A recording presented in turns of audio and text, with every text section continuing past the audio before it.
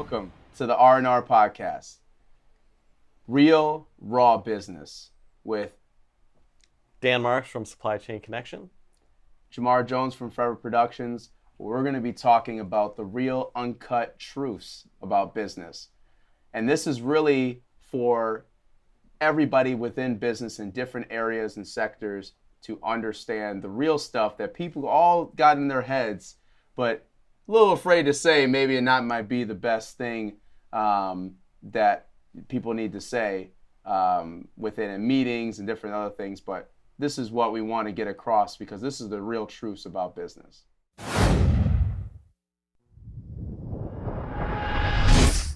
Our first topic is your follow-up sucks. Quite frankly, it's the truth. We get voicemails all the time, emails all the time, especially the trade show follow-ups. I mean, they're horrible. Horrendous. Horrible. I mean, there's no finesse, there's no personable connection that happens within as far as those type of follow-ups. It's just bland marketing jargon that's thrown at you. Buy my stuff right now.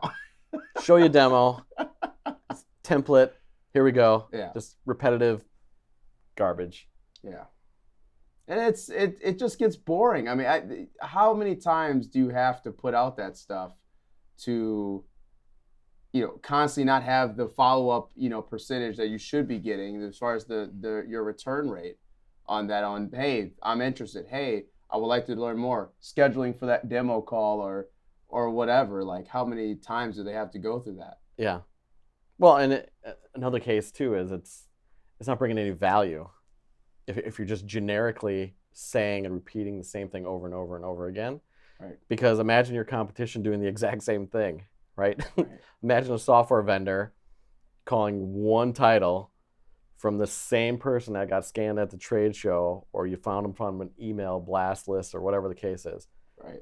And he's getting the same generic voicemail, email, see our demo, you'd be a great fit, best price, blah, blah, blah, blah, blah. I mean, that's what it is. It's blah, blah, blah, blah, blah. Yeah. And pretty soon you're going to be unsubscribed, junk mail, Yeah. spam box immediately. 100%. And research goes a long way. Yeah. A little bit of research. Just, go on the website just real quick and, So we were all getting, different emails and phone calls from these guys at the trade show that we're out there for video marketing, branding, sales, lead generation. And we get the same generic voicemail of, you stopped by our booth. I saw you had some interest in our products. And it's like, well, we had a great conversation with you guys, but there was we're not buying your equipment. We may have clients of ours that want to buy their equipment, but they don't even want to go that far. They just want to know, hey, do you want to schedule a demo or a call instead of, hey, let's just have a conversation. And that's really the key, is creating actual relatable marketing, things that people can actually create real connections from and stop just going for the sale, 100% of the time. Yeah. I mean, when we say your follow-ups suck, I mean, I did it in my career early. This was 20 years ago, though. Right. So I've learned. So we're here to teach you not to make those mistakes. But it's in the action behind it and how you actually do the follow-up. So a little bit of research goes a long ways. Look on the website. Like, are they even a good fit for me to sell? Or would this be a good, hey, met you at the booth, I know we weren't really a great fit for each other. However, we might have clients, you might have clients. It might be a good relationship that way. So it's not always the quick sell. It's not always the fast, let's get the demo and just kind of blast out crap. And the same thing with emails. People hide behind emails. They're just sending out these emails, and nobody's actually picking up the phone to do the follow-ups. Right. So that goes a long way too, because you have to pick up the phone to follow up with these emails to get a response, but they're going to know who you are too as a person. Yeah. That's why we're out here on social media. That's why we're out doing podcasts. That's why we're out here, so people know who we are. Right. And that's what every business wants, is to know who you are. But if you're generically templating the crap out of everybody, it's going to go nowhere. And he got the same voicemail that I got from the same show that we went to because we separately got scanned. We went together. And it was the same thing. The guy basically said, hey, we were in the back corner. Remember us? Want to see a demo? We think you'd be a great fit. Right. Really? I don't think we would be because I don't buy manufacturing equipment. Right. We market to that market, but we don't buy it. So a little bit of research goes a long way. Yeah, and we're really doing this too. Like, we would love to hear your stories. So please, comment below if something really hits you. We love to hear those stories of where you're getting bombarded with emails or you're getting bombarded with different phone calls of generic, nothing personable when you were at the booth or when you had that interaction with that sales rep or with that company. We want to hear your story. So please comment below. But this is really just an educational thing too. To say your follow-up sucks is a pretty bold statement, but it's there's a lot of truth behind it. We're saying that most companies, most people don't have great follow-up methods embedded within their company. As far as your sales team, your business development teams, they should be following up in more of a way that builds a real connection and rapport with somebody, because you never know who that person is related to within their network. As far as, hey, this person might not have an initial need for our product or service, but they may be connected with somebody, and that connection leads to another one, leads to another one that might be perfect fit for your product or service. So that's the real goal out of it. It's not, don't cut somebody out from a potential lead just because they don't have an initial need for your service. Yeah. And another thing with that too is you're building the relationship. I mean, a lot of companies do these. You have to hit your sales goals. We understand that. Yeah. But it can't be a one call, one done. Like, I don't know if we're allowed to say it or not because he doesn't sponsor us or anything. But here in Milwaukee, there's a lawyer that says one call, that's all. Like, that's his tagline. And sponsorships are needed. Sponsorships are needed. So you know who you are. Or you can be a guest on the show. Yeah. So, but it's true. I think a lot of companies have that mindset of, one email, one call, one follow-up. Yeah. We're good to go. Got to hit my numbers. More demos, more of this, more of that. Yeah. And I think that's another failure in companies is that they're so hell-bent on these goals and these sales that, right. We got to quickly get through this list. Yeah. But like you were saying, you don't know who you're going to hit because you might hit that one person that is a total not a fit for your company to buy, but all of a sudden they're the biggest cheerleader for you, or they're their biggest public relations person. All of a sudden they're making introductions and bringing people to you left and right. And those sales come in quick because it's like they already have the buyers and they're bringing them to you. Yeah. Exactly. So don't shut anybody out because they're not a fit. I just keep going back to the research. Just take a little bit. Look on their LinkedIn profile. Look on their website. Just know who you're talking to. Go on their website. And make sure the person's like really who they are. Especially you work so hard to get a lead in the first place, and then you just discount them like right away. It's like, they're not looking right now. We're not going to call anymore. Right. It's like you worked that hard. You were at the booth. You paid all that money. We'll talk about that in another show. But you paid all that money, all that space to be there. You got your marketing going, and then you finally meet somebody. They have some interest. They're in your area. They're there at the show for a reason, and you find out that, hey, they're not in the initial need for the market, for your product or service. But then you're just like, discredit them. We're not going to find out anymore. Yeah. Instead of trying to schedule that demo right away and all that stuff, you spend all that time and all that money, resources, people to get to that point, and then you're going to discredit something right away. Seems a little bit backwards to me, as far as the marketing strategy with that. Yeah. You want to meet people. People are the center and core of any business. And that's what it takes, is that you want to be relatable. You want to build a real rapport, a real connection with somebody. And beautiful things can happen from that point on. It's not all about taking orders and and just getting sales like right away. That's just not how the world is working right now anymore. People are educated. They're getting a lot more information on products ahead of time. They're connected within other networks within that company, or around that company, to learn more about what they're doing before they pull the trigger on something. People are just more educated and more resourceful, nowadays. It's kind of the opposite of consumers. Yeah. We live in a microwave society where we want everything now. Yeah. 2-day delivery wasn't good enough from Amazon, so they had to do 1-day delivery. Yeah. And it's like, now we're too lazy to go get fast food, so we have to have Grubhub come and get it, like deliver it to us. I mean, we want everything now. Yeah. But the caveat of that, what you're saying is that we totally have access to all this information. Right. So buyers are already going to know 80% of what you're selling and what you do before you even give them a call. So the buyers are going to be way ahead of the game. So that's why building a relationship is important.